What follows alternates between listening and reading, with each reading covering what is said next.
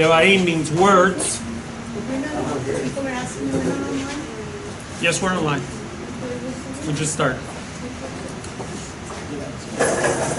We're on 3 different pages, so they ought to find us somewhere. We're on the private page, the public page, and my personal page, so somewhere they ought to be able to find us. All right, we're in the book of Deuteronomy. Hebrew, Devarim. Devarim means words. And the reason is because this is a reiteration, a retelling of the Exodus from the mouth of Moshe. This is Moshe's version, Moshe's view, if you would. And so basically what he's doing at this time is he's reminding them of what they did and what they said. This is not a thing of glory for Israel. This is not a thing of boasting for Israel, because he's reminding them of all of their faults and all of their failures, the mistakes that they made, the missteps that they made, their rebellions, their words, their testing of Hashem. Their testing. They tested him in the wilderness. Their stubbornness, their hard-heartedness, their stiff-neckedness. That they were stiff-necked. These kinds of things.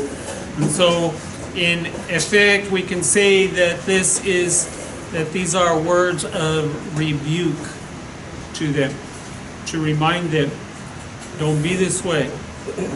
Now, how many of you like it when somebody digs into your life and starts pointing the finger at you and telling you, do you remember when you did this? Do you remember when you did this? Huh?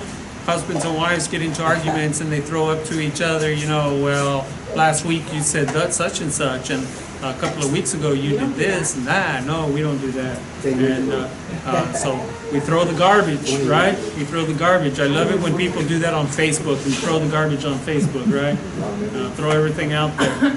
We used to have a saying a long time ago.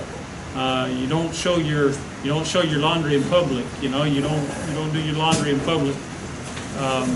You don't show your dirty linen in public. And where that comes from is, I don't know if y'all have seen the pictures of like old New York City, where the apartment buildings, there was a street, and apartment buildings on this side and the apartment buildings on that side. Well, in old New York, they didn't have washers and dryers or whatever. They washed the laundry in the sink.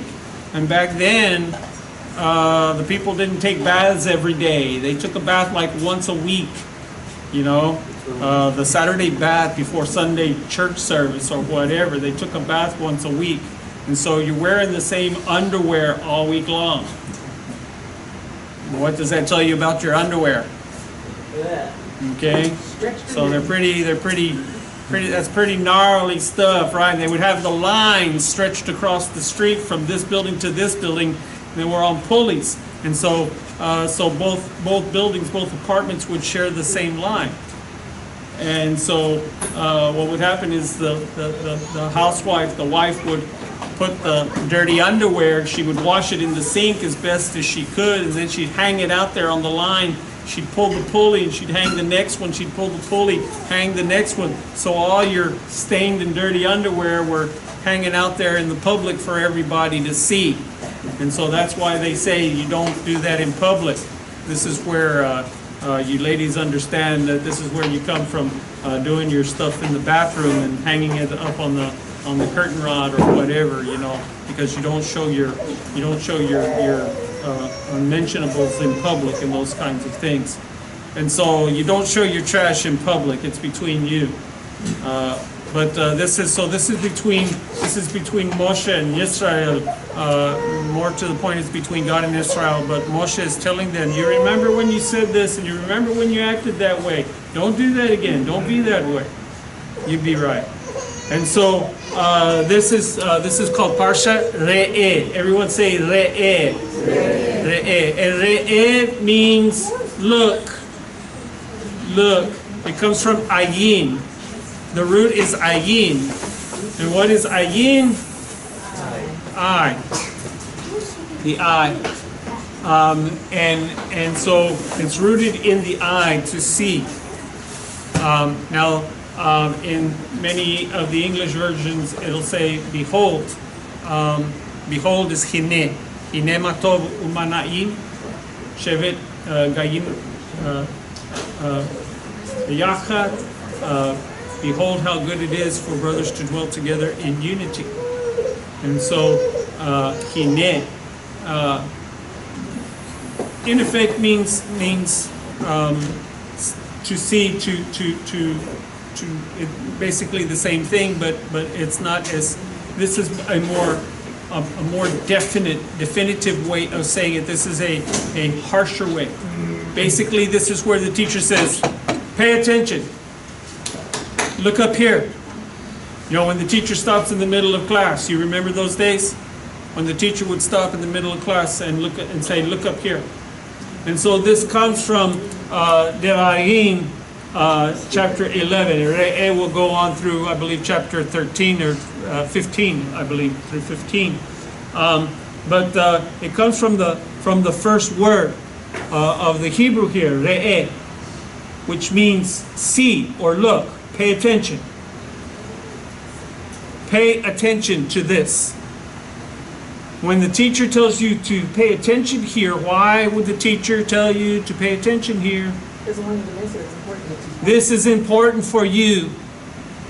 This is important for you. Why? The next words tell you why. Anochi noten lefanechem hayom bracha u'kelala. Bracha u'kelala. Everyone say bracha. You know what bracha is, right? Brachot. Baruch atah Adonai. What is Baruch? Baruch atah Adonai. Blessed. So bracha is what? Bracha is what? Blessing. So what do you think kelala is? Cursing. To curse. So he says here, Re'eh, take notice, pay attention here. Why? Anochi, noten, anochi, I, noten, give, lefanecha, before you, hayom, this day, today, bracha, blessing, kelala, and cursing. The situation is here. I said before you today, blessing and cursing. A blessing and a curse. And he will say in another place, he will say, I said before you, a blessing and a curse. Choose. Saying what? You have a choice. To be blessed by God or to be cursed by God. We didn't go over this. But there was a portion of the Parsha a couple of weeks ago that said, if you will obey the mitzvot, if you will obey the commandments that God sets before you, if you will obey them all in a joyful way, in a proper and appropriate way, with the right kind of heart, that God would pour His blessing out upon you. Literally, the Hebrew says that God would pour wealth upon you so that you would have no need. And He speaks to that in this Parsha this morning, today, this week. That if you would do the blessing of God, that there would be no needy among us. But you have needy among you always.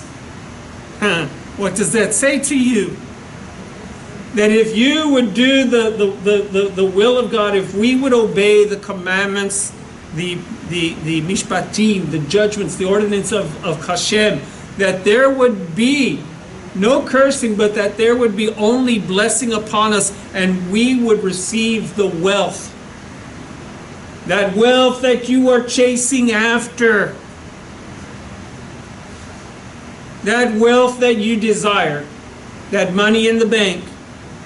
That house, that property. If you would do the right thing with the right attitude, that God would pour these things out upon you.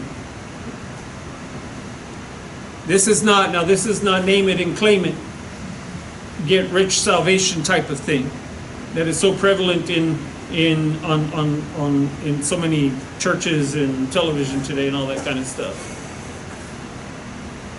This is not the prosperity gospel. This is the obedience gospel.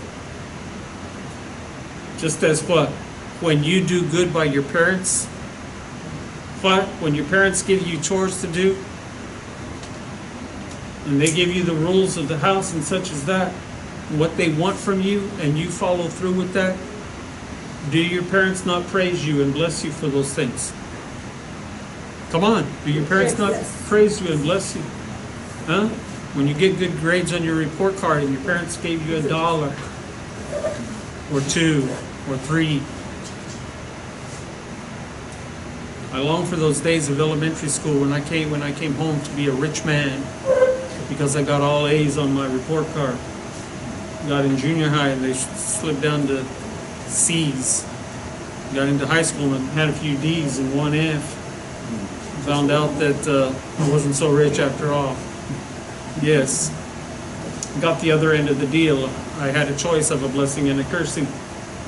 When I was young, I chose the blessing. When I got older, I grew rebellious and I chose the cursing, and I was cursed with several disciplinary circumstances, one of them being the switch. And so God sets before you the two pathways. You remember the story of the poem of the two paths? And I chose the one less trodden. Two paths were set before me. I chose the one less trodden. In our situation in this world today, what is the path less trodden? The path of righteousness. For narrow is the way, narrow is the gate, and few there are that go there. But broad and wide is the way to destruction, and many there be that go there. Choose the less traveled one. It's the better one.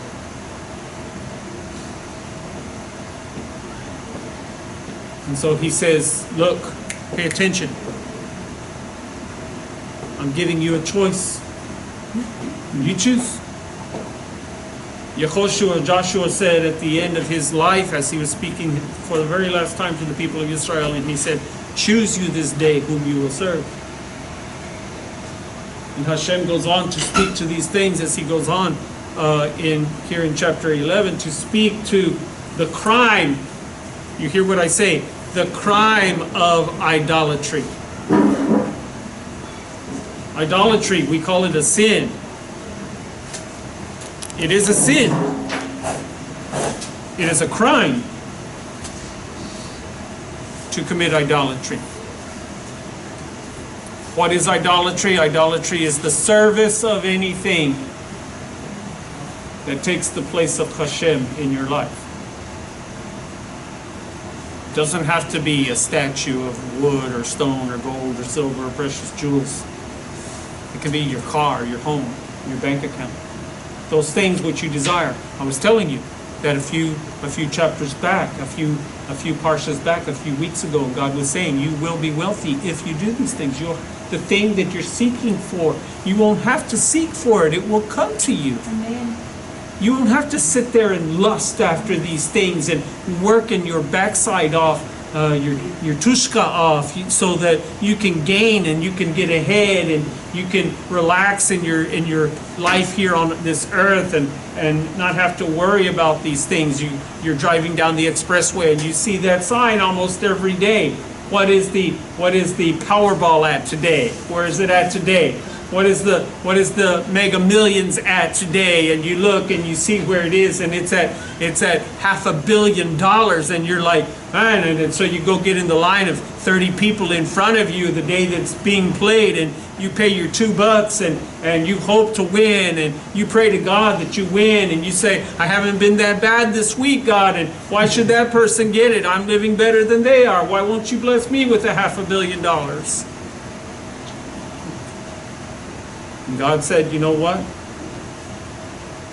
If you would pay attention and guard after my commandments with a proper and upright heart, you would not even have to ask that question. You would not even have to ask me. I would give it to you. Do you remember Hamelech Shlomo, Solomon, the king, the son of David? God came to him when David Hamelech made his son Shlomo the king of Israel. And God came to him in a vision in the night and said to him, ask of me what you will, and I will give you anything of the desire of your heart. Anything that you desire. You remember what it was that Shlomo asked for? He did not ask for wealth or property or these things. Rather, he asked for wisdom and an upright heart. And God said to him, Shlomo, because you not asked me for wealth and property, but you've asked me for wisdom and an upright heart, I will give you not only what you asked for, but what you did not ask for. That's the blessing.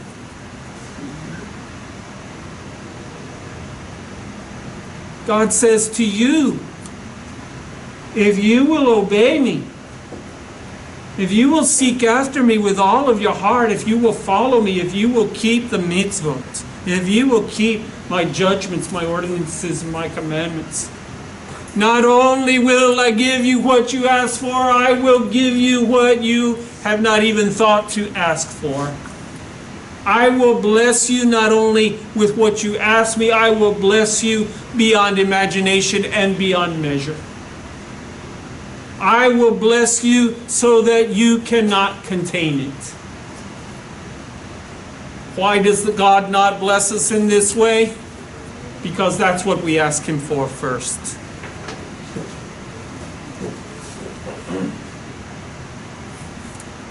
Why?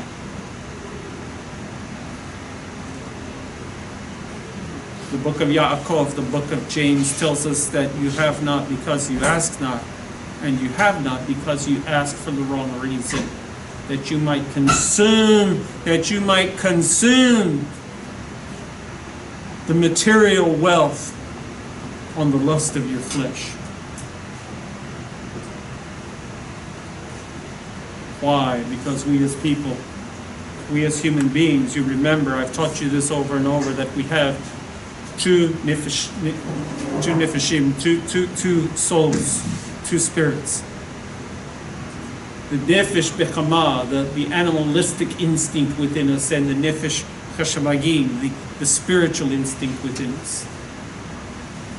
But we allow the animal instinct to reign in our lives, and so we're always chasing after the physical, not knowing, not understanding, not accepting that the spiritual is what we should be chasing after. And if we chase after the spiritual, the material will come to us.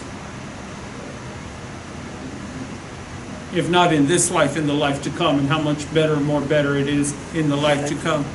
How much more excellent it is in the eternal realm than it is in this temporary world. We choose the temporary over the eternal, not realizing that the temporary is a flash in the fire and it's gone. It's consumed and it's gone. It's like the steak that is sitting on your platter. And after you finish eating it, where's the steak? It no longer exists. It's gone. And what? Once the steak is gone, what? It's gone. It's not coming back to you. But that which is eternal is forever. It never goes away. It is never consumed. It's forever. This is why Yeshua Mashiach said, do not set up for yourselves treasures on earth of silver and gold, where moth and rust corrupt, where thieves can break in and steal it. Rather, lay up for yourselves treasures in heaven. What is that? Don't lay up the animal instinct. Build up the spiritual instinct in heaven. where moth and rust cannot corrupt, where thieves cannot break in and steal it. It is yours forever. For where your treasure is, that's where your heart is. You see, if the first thing out of your mouth is, Lord, bless me with the physical pleasures of this life, that tells us, that tells God, that tells you, this is where your heart is. Your heart is in this world, and the things of this world, the things of this life. It's not set on the things of Olam Haba, the world to come. Forget the things of this life. And follow Hashem, follow God with a good heart, with an appropriate attitude, with joy in your heart.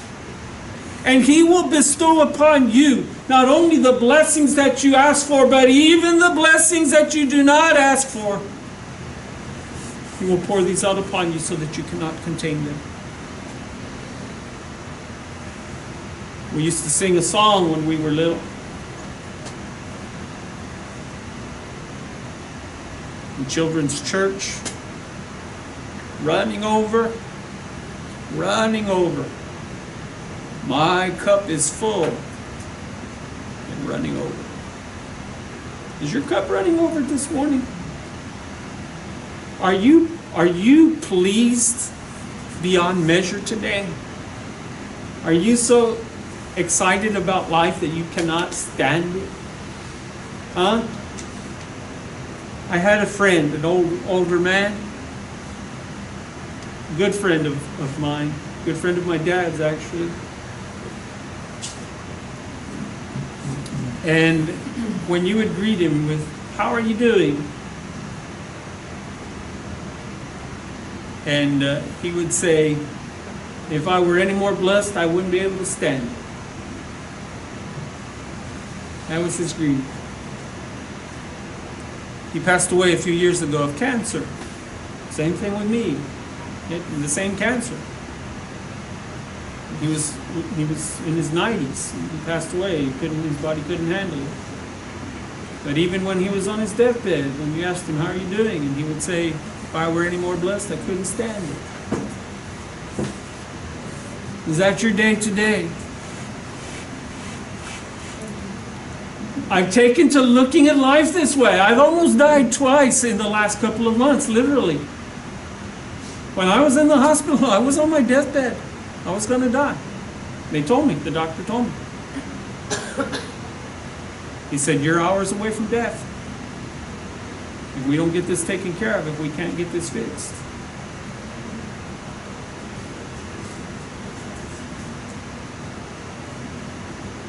When I had to miss my chemo treatment because my blood count was so low, and we went back to the doctor. I shared this with you last week.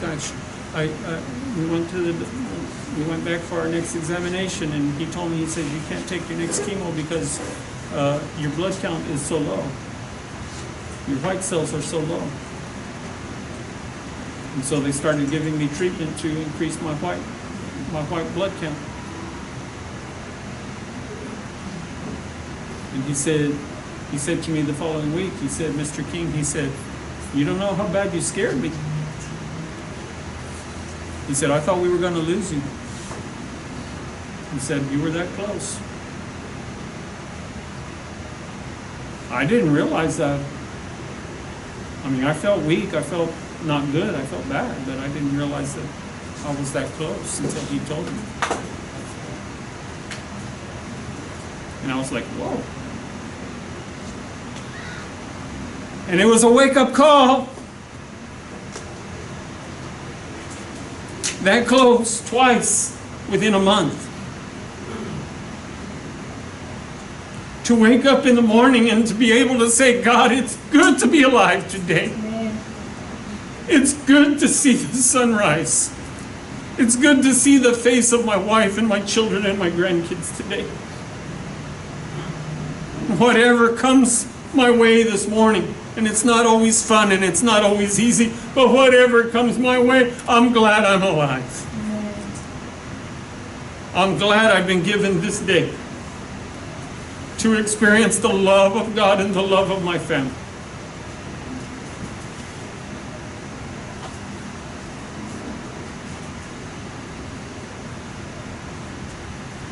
You see, I'm learning lessons through this experience that I thought I had learned years ago, and I find out I hadn't learned them so good.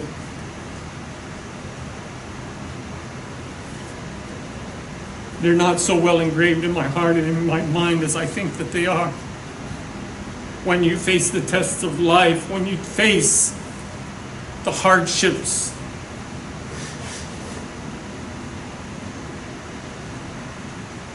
you find out that you think you know it and you think you have it down. Now it's when you face the test that you really understand. Maybe I don't know this as good as I should, right, Richard? He's taking his test, he's taking college classes, and he goes to take his test, and he thinks he's got it down, and he doesn't do so well. I had a brother the other day, he's going to be driving a bus, school bus, and so he had to go to DPS. He let his license, his CDL lapse, and so he has to redo everything. So he went in very confident he could take these tests and pass, easy peasy, no problem. No problem, Bob. He walked in all confident, sat down in front of the computer there at the DPS, took the test, the very first test, and flunked it royally. And you can't move on until you pass that test. And you can't take the test again for 24 hours. And so he had to wait till the next day. He took one test and he failed it and he had to go home.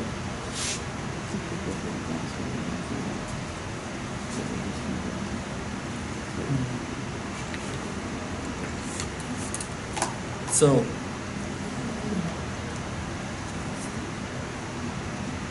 you truly don't know what you know. So you stick your feet in the water, you don't know how cold the water really is. You understand what I'm saying? And let me tell you that there are those who, you come to a swimming pool and you just dive in, and then there are those that they stick their little toe in first.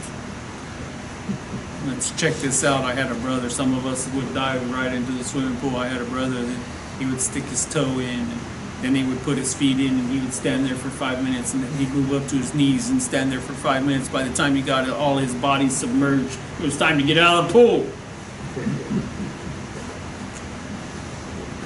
Dive into life, you see. Don't worry about tomorrow. Tomorrow's going to take care of itself, and I am a firm witness of this every day through this extraordinary circumstance in which we're living. God has shown me that He will take care of the burden today, and you don't have to worry about tomorrow. Just face the day, moment by moment, minute by minute, step by step. You cannot see what's ahead. There's no use of trying. Pay attention to the road that's in front of you. This is why He tells us so frequently in the scriptures, do not diverge yourself either to the right hand nor to the left hand, but you pay attention to the path that is right there in front of you, and you keep on that path and you walk it firmly. You walk it straight. And I will be with you. I will neither leave you nor forsake you. The Father already knows that you have need of these things before you ever even ask of them.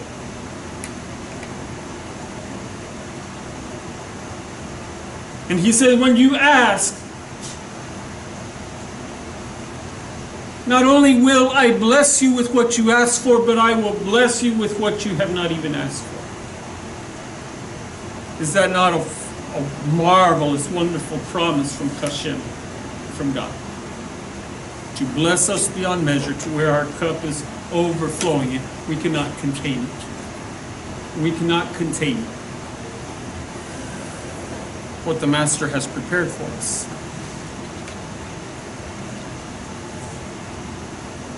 And so the scripture says, eye has not seen, and ears have not heard of all of the wonderful things, of all the wonders that God has prepared for us on high. You cannot even imagine what God would bestow upon you if you would just be faithful. If you would just be faithful. Quit seeking out the materialistic things of life. And focus on the spiritual. And the physical will come to you without even asking. Because my God shall supply all your needs according to his riches.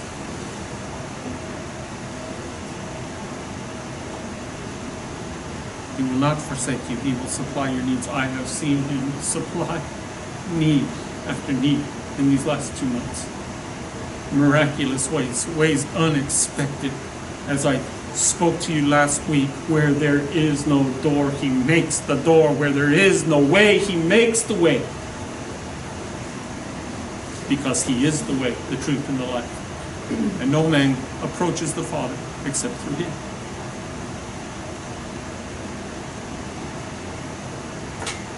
Is he not a wonderful God? Is he not a wonderful God? One of the things that we're taught in this parsha, that the reason we give to God, because you see in this parsha, this would not be a favorite parsha of many people. This would not be a favorite Torah portion of many people because it talks about tithing and giving and how you're supposed to tithe and how you're supposed to give and all of these things. So you understand why I say this would not be a favorite parsha of many people. Because one of the biggest complaints is money, money, money. That's all they ever talk about. That's all they want. Money, money, money. The money grubbing preacher.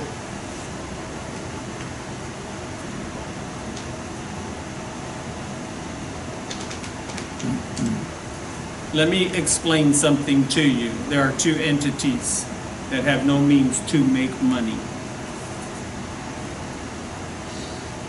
They are government and charity. Government does not make money. Government takes money. You understand? Government takes money from one people and gives it to another. It has no means of making money except to take it by force from you out of your pocket. It's called taxation. The other, charity. Charity has no means to make money. They're not in the for-profit business. The hospital where I'm having my work done is not a charity. It is a for-profit hospital. In other words, it takes patients on the basis of profit. Now, it is a good hospital, and I love it because, guess what? It does offer charity. All of the doctors who work there are part owners, and they all pitch in for people like me who cannot afford, who do not have insurance. And so it has on my bill, it has on there, charitable charity case. So the doctors are actually, the doctors that work at that hospital are actually paying for my care in a large part.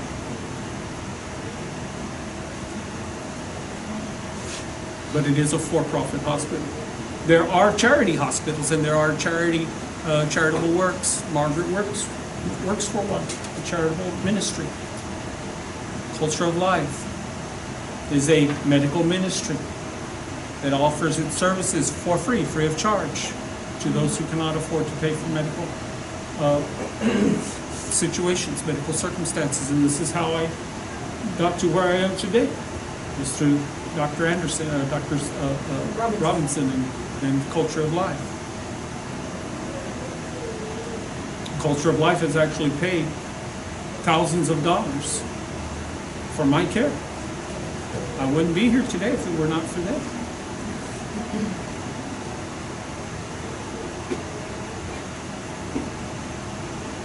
But how does, you see, how does the doctor's hospital up in Edinburgh differ from Culture of Life? Well, the doctor's hospital, they charge for every patient that comes in. They do not have to take charitable cases except through the emergency room.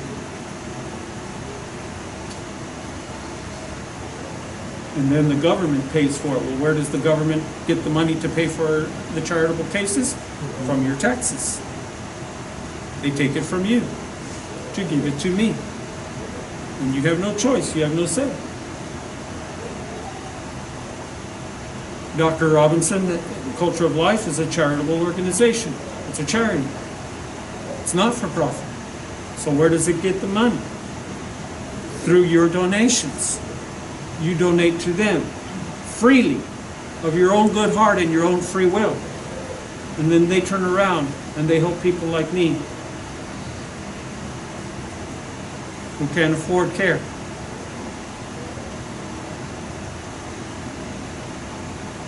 Saying, this assembly has no means of making money.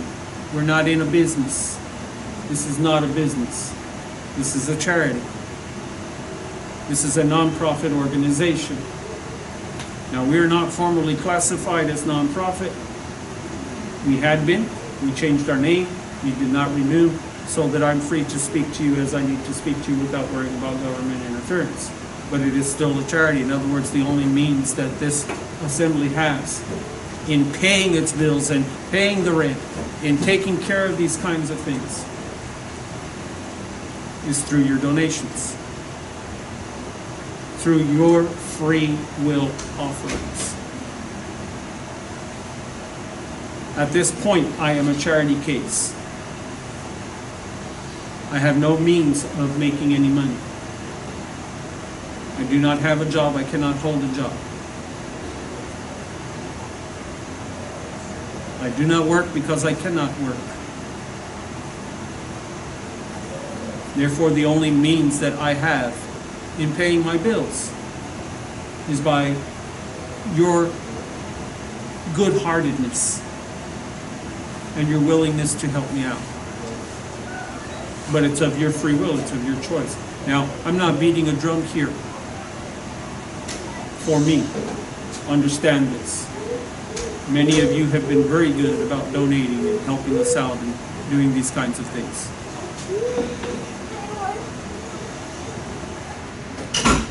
You've been very good about this.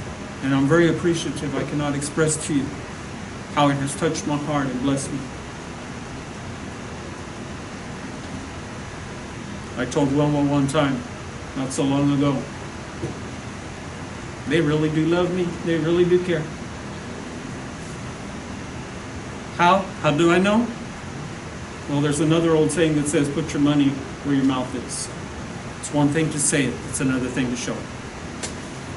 And many of you have shown it in tremendous and wonderful ways. And I appreciate that with all of my heart. I would not be here today as well if it were not for you. I'd be dead. Literally.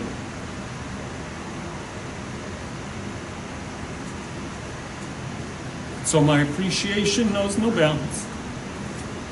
And I love you back with all of my heart. As Kefa said to the lame man there at the Beit HaMikdash, as Peter said to the lame man there at the temple, he said, silver and gold I do not have, but what I have I give to you. In the name of Yeshua Mashiach, stand up and walk. I do not have silver or gold.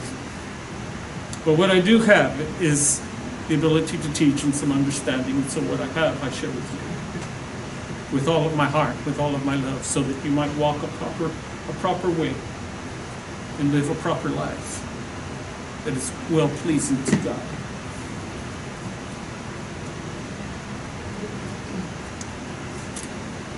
He says in this parsha,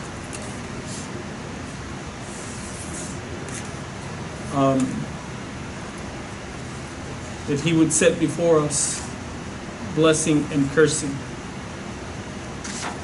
And he talks about idolatry. And he talks about our giving. He talks about our sacrifices. And so let me explain some things to you, because here he talks about tithing. And what is tithing? Tithing is the giving of 10%. The giving of 10%.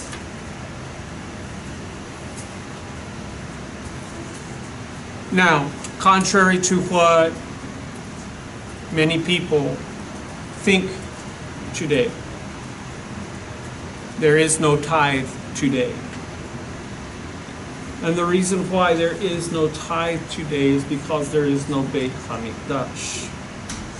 There is no temple. Because the tithe went to the temple. So whatever your Baptist preacher, or your Assembly of God preacher, or your whatever preacher has taught you, there is no tithe today.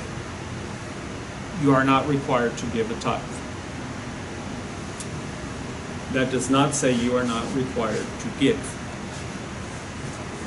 You hear me very carefully, please. It does not say that you are not required to give. You are not required to give the tithe. Why? Because the tithe went to the Kohanim. It went to the Kohen, to the priest, and to the Leviim, to the Levites. Why did it go to the priest and the Levites? Because they had no possession. You see, the land was divided up amongst the tribes. And then the tribes divided the land up amongst the clans. And then the clans divided the land up amongst the families. And the families divided the land up amongst the individuals, so that every person had his portion, except for those who were of the tribe of Levi, the Levites, which included the family of the Kohanim. The Kohanim are the priests. They are a family of themselves, but they are of the tribe of Levi. They were given no portion of land, because their business was not seeking after the material, but seeking solely after the spiritual. Their work was to God, and to God alone. Their work, their service was to the temple and to the service of the people, the spiritual service of the people. Therefore, they received no portion. How then are they to live? Having nothing. They cannot farm, they cannot raise sheep. Back then it was an agrarian society. They were farmers and shepherds, and they could not do these things. And how could they make their living?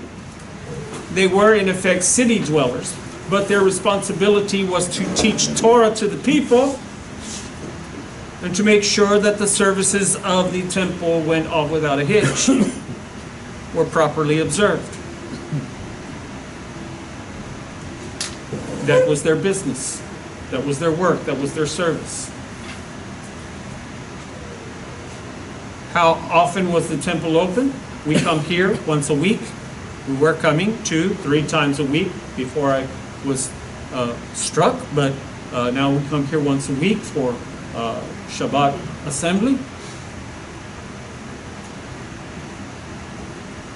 The Beit HaMikdash was open every day, 24 hours per day. It never closed. Why? Because the God of Israel neither slumbers nor sleeps. The temple is always open. Just as you can approach Hashem anytime, day or night. No? Mm-hmm. How many of you wake up in the middle of the night? And have a little talk? How many of you have a hard time falling asleep because of the worries of the day, and you lay there on your pillow at night and you pray before the Lord that He would take care of this situation and this circumstance in front of you? You wake up in the morning, you ask Him for a good day before you. Because the temple never closes, you see. He hears your prayer no matter when you call. What is the temple? What did Yeshua say? Quoting the Tanakh, he said, "Do you not know that this is my Father's house, and it is written that my Father's house shall be called a house of prayer."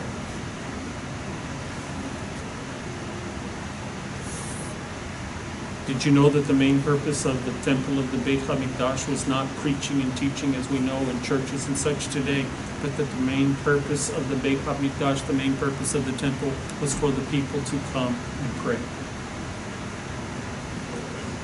Why? Because the truth is that your personal relationship with Hashem is more important than your relationship with anyone else.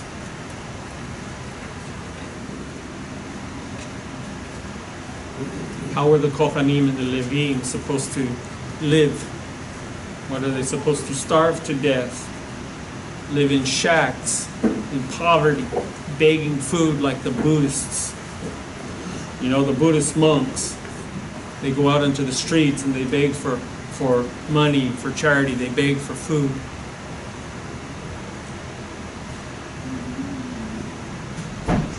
Do you not know that it is written by David Hamelech in Tehillim, that it is written that God's people are not beggars?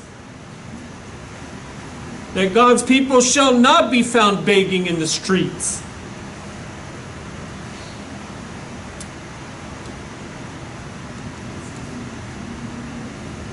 And especially not the priests, especially not the Kohanim and the Levim,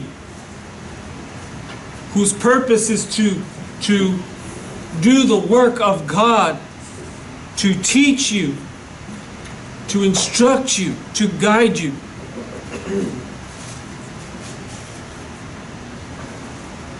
Who sacrifice the material so that you may gain the spiritual. So 3 times in this parsha it is written, do not neglect the Leviim. Do not neglect them.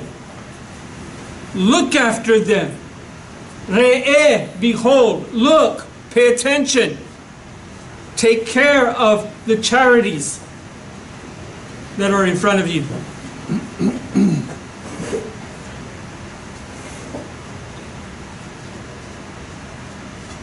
I'm going to be straight with you because I don't teach about this, and there are a few people who have fussed at me because I don't talk about these things. I don't talk about them very often. Never. Once a year, maybe, I talk about giving twice a year. But I kind of spoke to this, I firmly spoke to this a few weeks ago on Facebook, on our private page, that we had received no offerings or anything for a couple of months. And that we had no way to pay the rent or the electric or any of these things. We're going to have to shut down, literally. We don't have the money to pay for these things. We can't pay for them. And with my situation, it's costing our family, it's costing my family everything we have for my health care.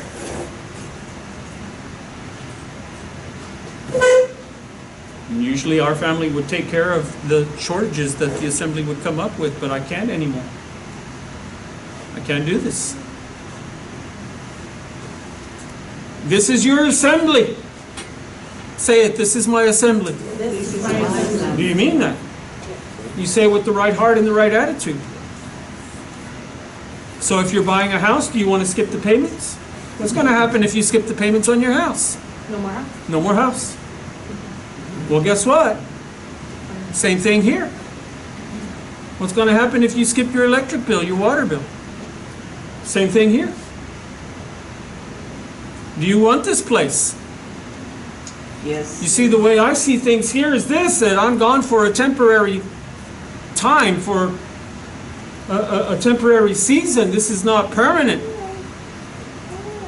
I believe that God is healing me. I believe that He's going to heal me completely. I had a lady excoriating me because I did not believe that she accused me of not believing in instant healing, that God can heal me immediately. I explained to her in no uncertain terms that I do believe that God can heal immediately. But I also believe that God takes us the long way around sometimes, and that a lot of times He takes me through the test, not around the test, you see. The tree of life, you see. I taught for 2 years, Netzach, the tree of life, that we must go through the test. Perfect submission, all is at rest. I, with my Savior, am happy and blessed. But saying any situation He puts me through, as long as He goes with me, I'm good with it. And I taught this for 2 years, and He said, well, let's see.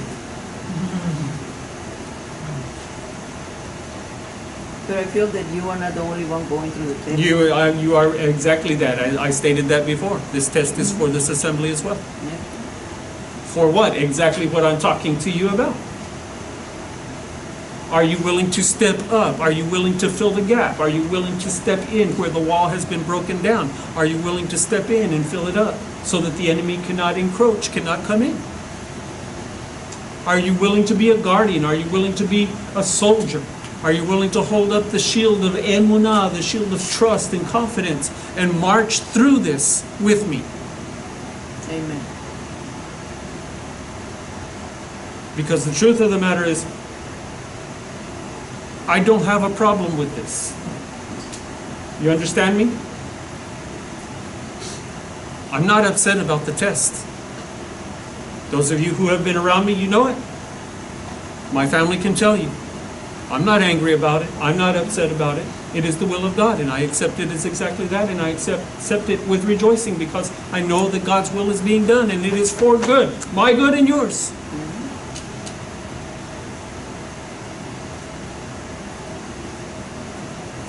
But He says, hey, look, take notice, pay attention.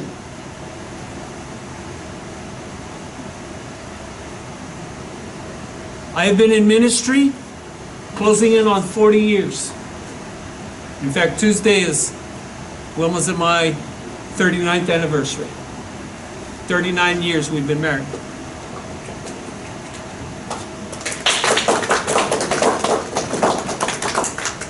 And it'll be the second day of my chemo radiation. Happy anniversary. I told you that the other day. Happy anniversary, dear.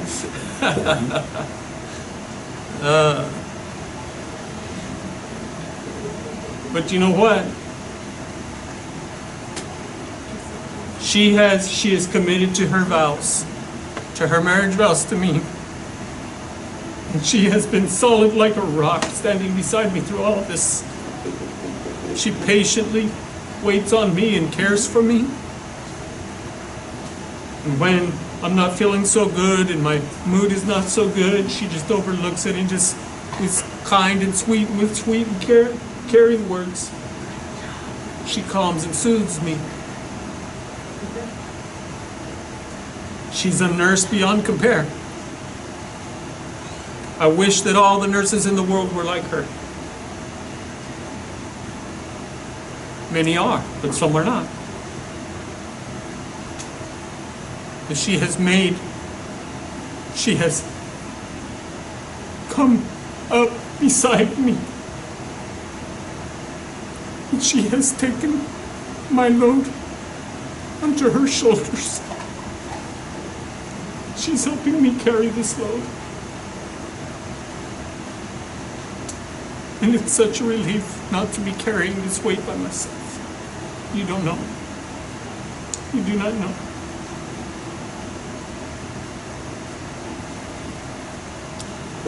Where did she come from? It was a miracle that we met at all. She's a North Carolina hillbilly.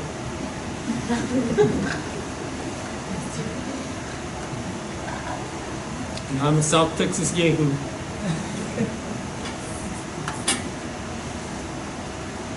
That we met at all. But God had a plan. And He put us together. Till death do we part.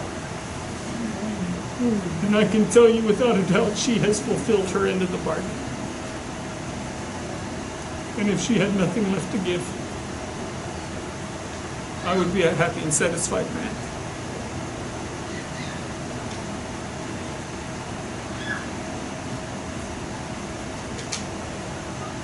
God gave me the perfect wife. from me. And I praise Him for that. It's not saying that we haven't had difficulties and disagreements. I will tell you, I'm the problem, not her. I'm the cause. She just sits there and patiently looks at me. She refuses to argue. She won't argue about anything. She just, she just walks away. And then I get even more upset because she won't argue with me. It's no fun arguing with yourself. That's right. You always lose. Silent treatment.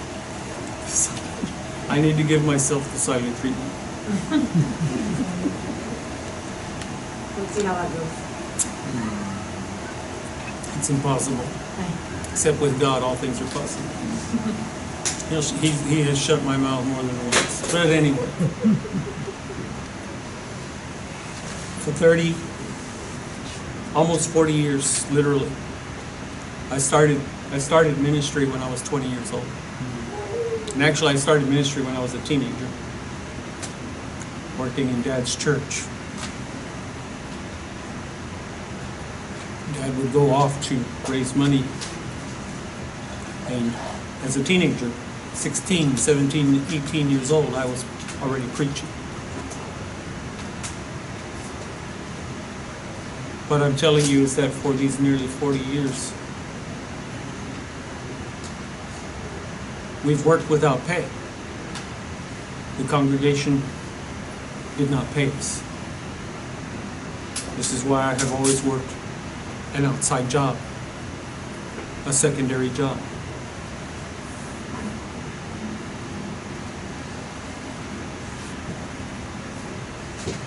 Back then, our congregation consisted of literally the very poor. We had a poor little wooden building with faded and chipped paint, wooden floors that creaked when you walked. The whole church building, it was a wooden building, and the whole church building would bounce when you walked down the aisle. Falling apart.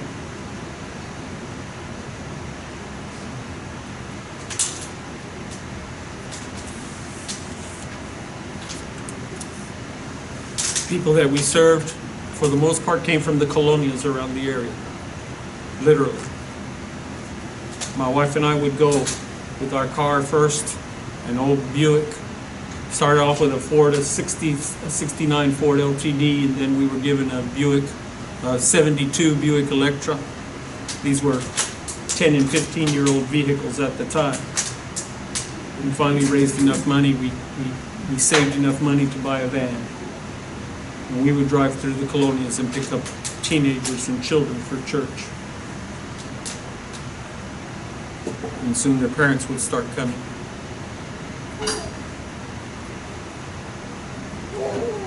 But they were poor, extremely poor, poverty-stricken. And so how could we charge them? How could we charge them money? And I'm not saying that you are wealthy by any means, but you are wealthy comparatively speaking. You understand what I'm saying? You see, everything is relative. I had a Jewish businessman, a friend of mine, tell me that one time. Mr. Feldman owned Feldman's liquor stores. He was a friend of mine, Charlie Feldman. And I asked him one time, I said, when you do your accounting, Emilio, can you give me the cord that's in my bag right there? The little black one right there on top. And I would ask him, I would say, well, how much did you, no, that's good. How much did you, how much were you dealing with today? He said, about $100,000. And I said, really? He said, yeah. And I said, it would scare me to be messing with that much money. And he said, oh, Ed, it's all relative. I said, what do you mean it's all relative? He said, sorry.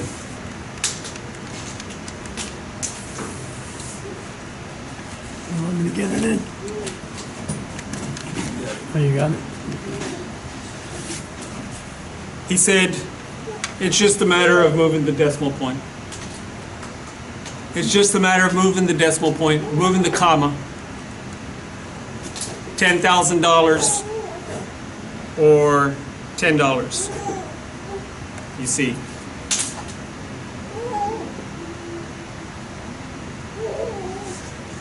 You just have to move the comma. But it all works out the same. Math is math. It's all relative. You're just adding zeros. Everything is relative. You may say, I'm not wealthy. Well, but you see, to a person who has nothing, you are wealthy beyond imagination. Yeah. Go into some of these colonias like we have done. Go into these colonias like we have done. Go into the poverty-ridden areas as we have done, and walk through house to house, door to door, and see what these people are living in. Back over here, off of Teague Road, there was a colonia, Las Palmas, back in the back. The very, very, very back, the very last lot was all overgrown. Literally, the grass was up to my waist. Some of it up to my head. Overgrown and trashed out, and in the back of that lot was an old, rusty school bus. And believe it or not, there was a family of a mother and a father and 3 or 4 kids living on that school bus. They had a little propane stove that they cooked on, a little outhouse dug in the back. They had a hose hooked up to a neighbor across the alley, and that's what they did their dishes and took their showers with. You look at the house in which you live and you tell me that you are not wealthy compared to what these people are living in. I told someone not too long ago, I used to go down into Mexico, used to go down beyond below San Fernando. There's a little village called Avasolo. And there was a little Baptist mission there, and so we used to go down in the summer times and spend 2 or 3 weeks down there. And one of the families that was there,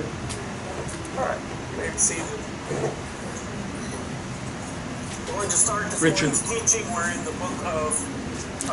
So, this thing's going crazy. So,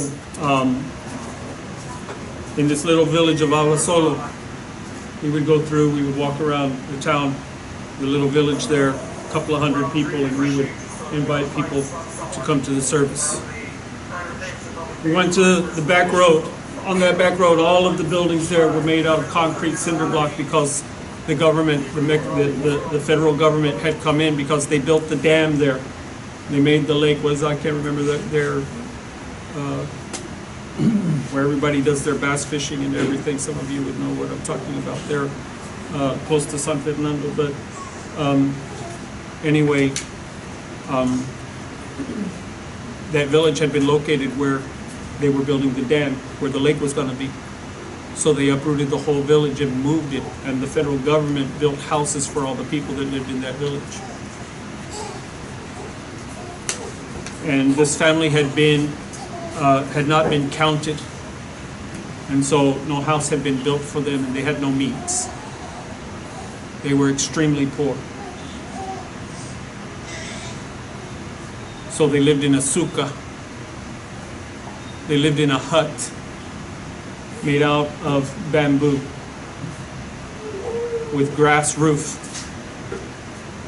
The kitchen was a little lean-to off of the house. You walked in the house, there was no room. The house was maybe a third, maybe like that section right over there, that big.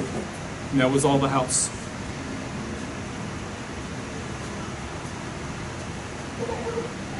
And she had a stove and a bucket to do the dishes.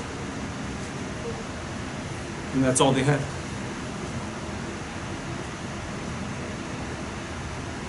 You see these people, you see some of these guys in their pickup trucks and they're flying up and down the alleys here in Harlingen and they're picking up all the cardboard boxes and things like that, and some of them are selling them to recycling. But did you know that a lot of that goes to Mexico?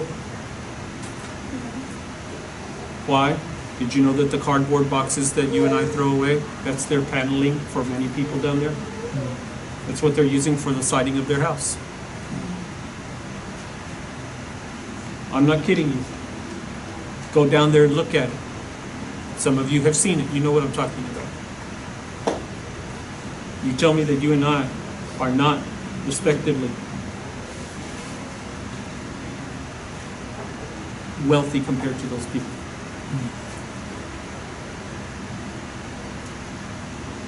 You see, it's relative. Why? Because you're looking at the person that has $100,000 and you're saying, well, I don't have $100,000, I'm not wealthy. You're looking at the person that has $1 million and you're saying, I don't have $1 million, I'm not wealthy. You see that person driving their Lexus or their Mercedes and you say, I can't afford a Cadillac, I can't afford a Lexus, I can't afford a BMW, I'm not wealthy. But you see, you're not riding a bicycle. You're driving in a car. You say, well, my car's old, my truck is old. I don't have air conditioning, I don't have this, I don't have that. At least you have wheels, amen? Amen. And some of you have some pretty nice vehicles. I'm just saying, I'm not lambasting you this morning. I'm just setting truth in front of you. Why? Because he says, pay attention to this. Look, you shall not neglect. And he gives three categories of people you are not to neglect. You are not to neglect the Levi'im, your teachers. You are not to neglect the widows. And you are not to neglect the orphans or the poor among you. The fourth classification, the stranger in your midst, the poor. You are not to neglect these people. You're to pay attention to them, and you pay close attention. Why? Because how you treat these people, believe it or not, how you treat these people is exactly how God is going to treat you. This is what he says in his word. He's noticing what you do when that poor person approaches you and asks you for help. He's watching and sees what you do with the widow and the orphan, with your teachers, with those who are of charitable causes, and how you deal with them and how you handle them. And how you treat them is how he's going to treat you. And the scripture tells us that God treats us measure for measure.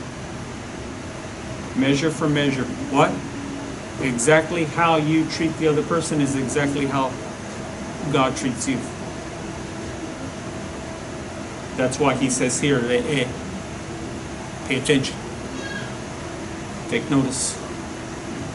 I'm setting before you the opportunity for blessing. I'm also setting before you the opportunity to be cursed.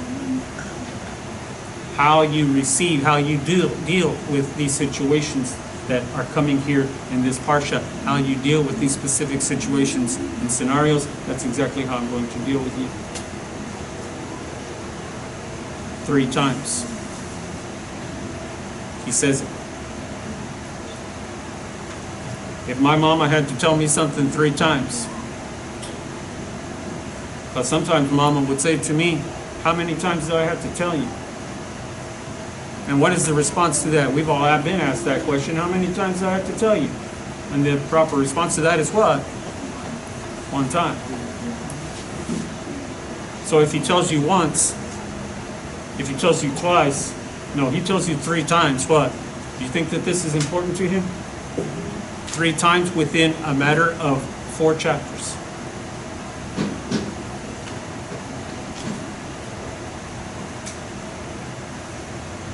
What you do with your money, with your finances, is important to Hashem because it tells him why.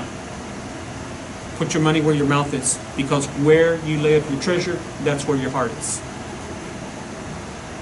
The money's not yours. Money belongs to him. Everything belongs to him. You belong to him. It's not yours. But if you want to receive blessing, then do right by it.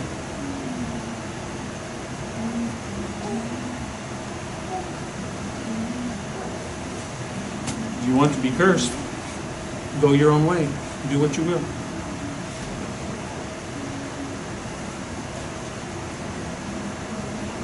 So I was telling you, we close, I was telling you, for all of these years. You know that there are enough people who come here, who are part of this assembly, whether here or on Facebook or what have you. But this assembly should not have any problem paying the rent and paying the bill and taking care of your teacher and helping out. Amen. This is the truth. Because you know what? For the most part, I look at this assembly, for the most part, you're average. Did you know that we have more people attending here? In this assembly, we have more people who come here than most Messianic assemblies in the United States, literally. I'm not kidding you.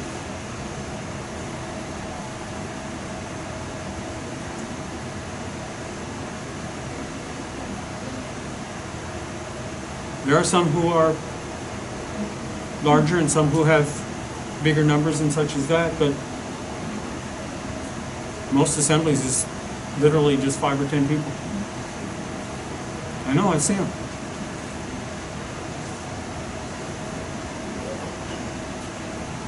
And none of you is poor by any means. The truth of the matter is, for this neck of the woods, most of us would be considered middle class. That's nothing to be shy about. God has blessed you and me in tremendous ways. Amen. You have a house. You have a vehicle. You have a job. You eat every day. You have at least one TV. I've seen some houses where people have a TV in every room because they can't miss the Wives of Atlanta or whatever.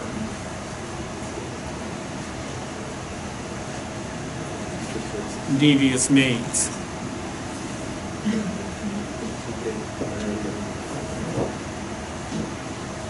My sister messed up her ankles a few years back, and it was my duty to sit there. It was in the summertime, and it's my duty to sit there and babysit with her and take care of her. She watched Devious Maids every day. Oh my goodness. It ruined my mind. I wanted to burn out my eyeballs.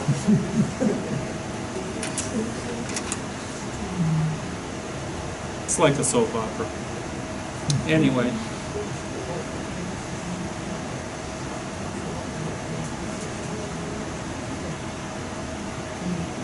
What I'm saying is this.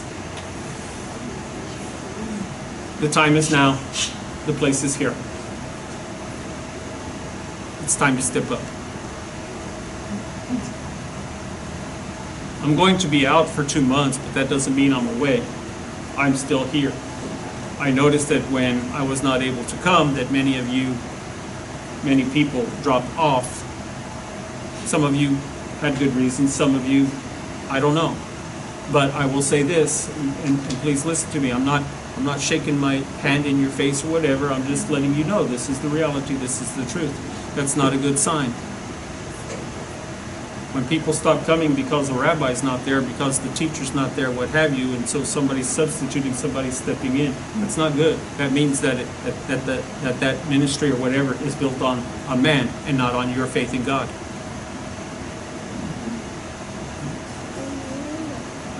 I don't want you to come here because of me. I want you to come here because you love God and you love one another. And because he said, do not forsake the assembling. Assembly, we are an assembly. Do not forsake the assembling of yourselves together. I have people writing me all the time saying, we wish we could be there, we wish we could live closer, we wish we could, because we watch you online. We want to be there.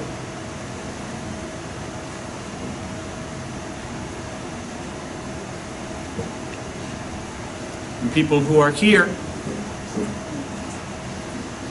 say, well, I don't feel like going today, I'll just sleep in or what have you. Well, all right, that's your choice, that's up to you, I'm just saying. But when God doesn't bless you then with the things that you're asking Him for, much less the things you're not asking Him for, understand why. Your heart's not in the right place.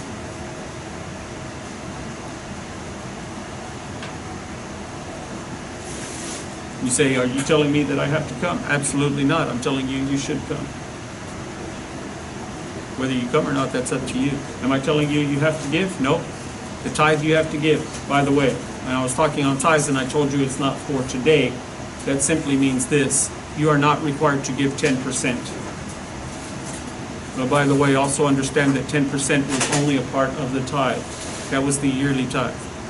They also had a tri-annual tithe. Every 3 years, they had to give a whole nother tithe extra on top of their annual tithe. And that tithe went specifically to the poor. So every 3 years they gave 10% of their income to take care of the poor of Israel. That was on top of their offerings.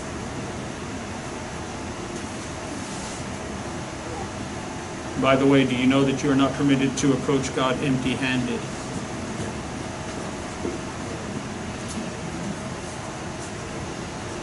You could not enter the temple without some type of offering. Some type of offering. Did you know that when David HaMelech was buying the threshing floor for the place to build the Beit HaMikdash, the place to build the temple, and the Jebusite who was selling it to him told him, "You're the king of Israel. It is a privilege for me to give you, to donate to you this property, the threshing floor, all of the tools, even the mule who works the floor. It's yours. Just ask for it." And David HaMelech responded to him, "I shall not offer up to Hashem anything that has not cost me something." We are not to approach God empty-handed. You'll remember in the days of kings how when you came before the king, you brought him a gift, treasure. It's a sign of your seriousness and your respect for him. So what I'm saying, and we need to close, what I'm saying, that's my second closing. What I'm saying is this. I'm not saying that you cannot give 10%. You can give 10% and that's a good guideline. Because that's what God required for the tithe. Just don't call it a tithe, it's not a tithe. You can give whatever percentage you want to give because it is a free offering. It is your choice. It is a love gift. But that's the thing, it's a love gift. It's an expression of how much you love God and how much you love whom you're giving it to. Do you love the poor? Do you love the orphan? Do you love the needy? Do you love the teacher? Do you love the assembly? Do you love these things? Then you give of yourself to them. You understand? This is what he's teaching us in this parsha. This is exactly what this parsha is all about.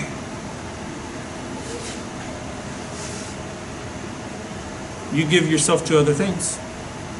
You buy your tickets to football games and basketball games and what have you. You go to your concerts and you go spending your time at the mall and you go out to restaurants and all of these kinds of things. You do all of this. Saying what? Where your treasures, that's where your heart is. What you spend your money on, that is what it is that you really love. Put your money where your mouth is. And I promise you, I will not speak to this again until it comes up again in Torah. Okay? I will not speak to this again until it comes up again in Torah. Unless I have to, unless you make me. You know how you make me do it. You take a misstep and I'm going to say, back in line. Okay? So, yes, I need care. And I'm shy about doing things like this. Most of you know me. I don't like asking for this kind of thing. I don't have a job. I can't. And basically one of the things that Hashem is teaching us is what? You need to take care of me. That's your responsibility. You need to help out. Those of you, as I said before, those of you who are, and that's many of you, I thank God for you with all of my heart. But just understand that, yes, it is your responsibility. Now, I'm not a beggar. That's why I don't talk to this very often. I'm not a beggar. And God will not have his people begging in the street, so I have to take care of my family. That's my first responsibility. I have to take care of them. If I can't take care of them, I will find the means to take care of them. Guess what? You lose the blessing, you receive the cursing, and I go on. It is what it is. Yes. And just what I wanted to say is that I'm gonna take over the internet until December, so the rest they don't have to be worried about we need to pay the internet. So we have left the rent, water bill, and light bill. Right. Right. So so I just want people to know that what is the money that we need so we can keep. And Josh put that online. Josh, do you remember? I know that it's $500 and some dollars. How much did you? How much are the bills? Expenses? The monthly bills. The water bill is $30 to $40 usually a month. So, do you have like a total? Just the Total overall is about $650. $650 per month for the bills of this place, not including anything else. Gary and Letty take care of the internet through December. They were only supposed to take care of it up to the summertime because they have financial needs as well. They're both retired. They don't have a job, so they're depending on their retirement and things like that to live. And as you know, retirement money. Well, I'll tell you, my wife was making about $2,000 a month. Right now, she's bringing home. She lost half of it when she retired, so she only brings home $1,000. We are literally living on $1,000 a month for all of our expenses, everything that we go through. I'm just going to be up front with you. You want to know how much we bring in? It's $1,000 per month. There's a GoFundMe on Facebook. My sister put up a GoFundMe. The reason why I'm telling you this is because if you want to know how much money has been brought in, because everything that comes in for my health bill, for my medical expenses, goes into the GoFundMe account. So I think it's $10,350 that has been donated by you and by other people. $10,350 has paid for our medical expenses. What am I telling you? Well, I'm telling you that my medical expenses are already pushing $40,000. I still have an operation to go through. It's going to cost me another $40,000, and then I have another 2 months of chemotherapy. It's going to cost me another $2,000. So I'm just putting in front of you what my expenses are, so that you understand. We have someone here at the assembly that has been very kind, very gracious, and donated all of our gas money for us to make these trips up to Edinburgh. So we don't have to worry about that. And as I said, many of you have been very generous and very kind and, with your possessions and these kinds of things, and that is greatly appreciated. But we can't do what we did before. And so we have to keep on going. We have to keep doing what we're doing. And so we have the assembly to take care of. You need to take care of me. I've taken care of you spiritually. You need to take care of me physically. This is basically what it is. And We'll see you again in about 2 months, and hopefully, Hashem willing, we'll be able to get back to our normal pace and get things going again, and have our classes and all of these things, and serve you the way I would love to. I love serving you. I love being here. I love teaching you and helping you and all of these kinds of things. And I need to say right here, right now, thank you very much. Ruben took a couple of classes for us. Richard and Josh have been filling in and doing a tremendous job. By the way, Josh gets here and he starts up by himself. Don't let him do that. Don't let him do that. You know how difficult it is to sit here in this building all by yourself, doing the brachot and doing the songs and all of these things, and you know that there should be people here and they're not here. Get here. Be here. This is the day that the Lord has made. By the way, I know, third closing. By the way. Well, I cut it off short last week, so I'm going to go all the way this time.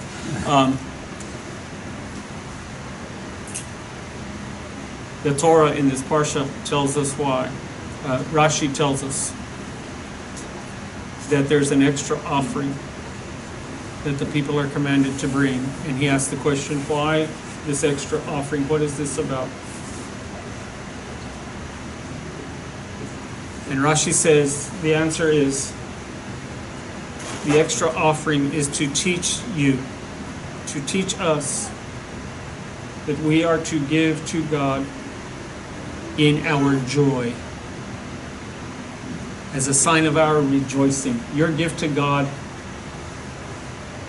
is a symbol, is a sign of your gladness and your joy through what God has done for you. Yeah. And this is why Rav Shaul teaches us in 1 Corinthians that God loves a cheerful giver. That if you're going to give, do not give grudgingly, but give out of the depth of your heart with joy. Come before Him rejoicing, and that your offering, that's why it is an offering, that's why it is up to you how much it is. It's not required. But if you come, do not come empty-handed. You come with an expression of your joy. If you have no joy, don't give. But you know what that says? It says something about you and where you stand. Where is your heart? Amen? Amen. Let's all stand for the blessing.